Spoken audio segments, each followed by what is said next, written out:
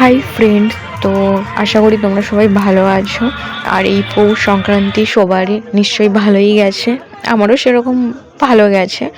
তো আমাদের দেশের দিকে কি হয়, আমরা পিঠে পুলি বানাই, মকর দিতে যাই।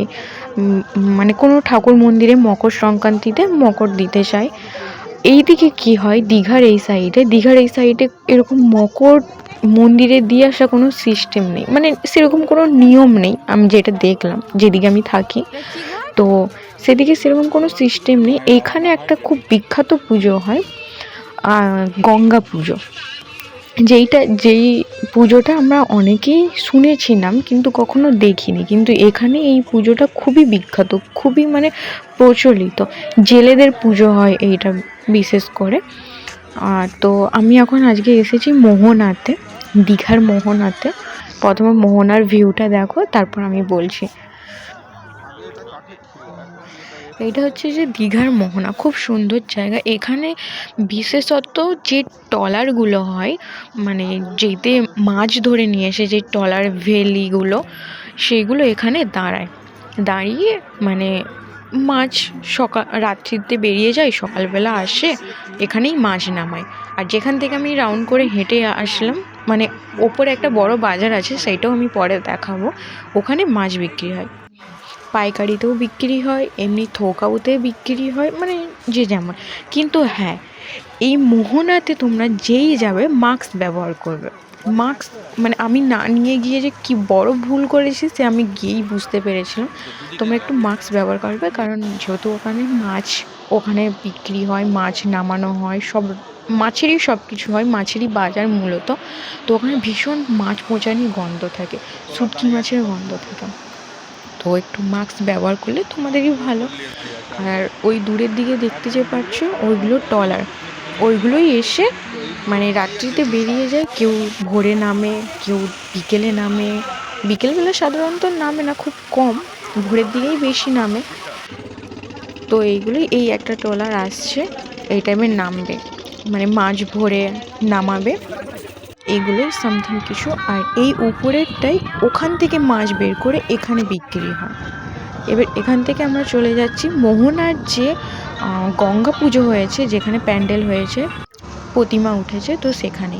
আর আজকের দিনে মানে এই ভিডিওটা পৌষ সংক্রান্তিতে, তো আজকের দিনে পুরো বাজার বন্ধ, দেখতেই পাচ্ছ। কারণ এই গঙ্গা পুজোর সময় বাজার এই পৌষ সংক্রান্তিতে বন্ধ থাকে, যেহেতু জেলেদের বললাম পুজো হয়, মৎস্য উৎসব। তো এই যে গঙ্গা পুজোর মেন গেট, এটা প্যান্ডেল।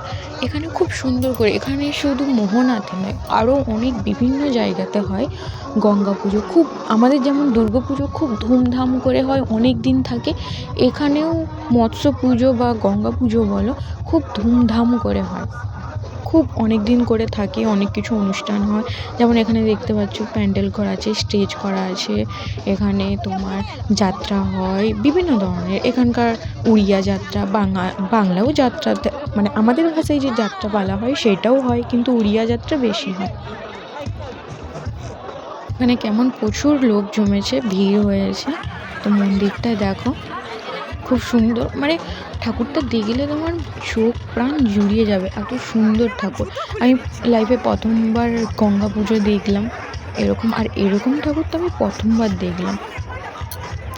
এতদিন শুধু মুখে শুনেছি, ফোনেতে দেখেছি, মানে এই বছর আমি নিজে চোখে দেখলাম, মানে খুব ফিলিংসটাই আলাদা।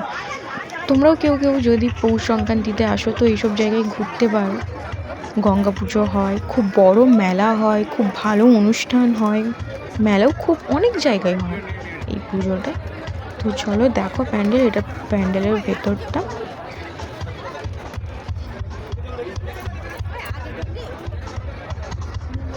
এখানে প্রচুর ভিড়, প্রচুর, সেই জন্যই যেতে একটু অসুবিধা হচ্ছিল।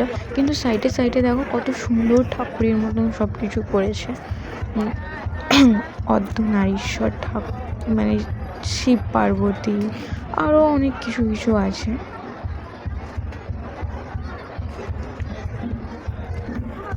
এটা মা কালী, এটা মনে হয় সন্তোষী ঠাকুর, সরি সন্তোষী নয়, শীতলা মাতা হবে। আর এই ঠাকুরটা যেটা মাছের ওপরে বসে আছে, এইটাই মেন মূলত গঙ্গা মা।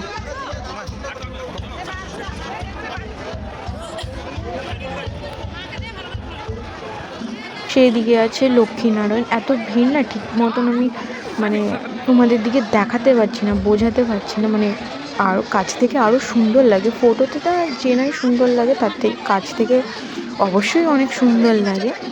এই সাইডের থেকে প্রচুর এখানে প্রচুর মেলা বসেছে। দেখো মেলাটা সেরকমভাবে ঘুরে দেখা হয়নি, কারণ এমনি ঘুরতে ঘুরতে চলে এসেছিলাম, সেই জন্য আর কি বেশি ঘোরা হয়নি। তো একটা কাজে এসেছিলাম, কাজ থেকেই ভাবলাম চলো ওইদিকে একটু ঘুরে আসি, দেখে আসি। আর তো এইটা গেট, যেটা আমরা উল্টো সাইড থেকে মানে বাড়ির দিকে ফিরছি, সেই জন্য আলোগুলো ঠিক বোঝা যাচ্ছে না। যখন আমরা আছি তখন আলোগুলো জ্বলেনি, যেহেতু দিনের আলো ছিল। তো ওই যে যাচ্ছি, চলো ভিডিওটা কেমন লাগছে বলবে। Tata, bye bye.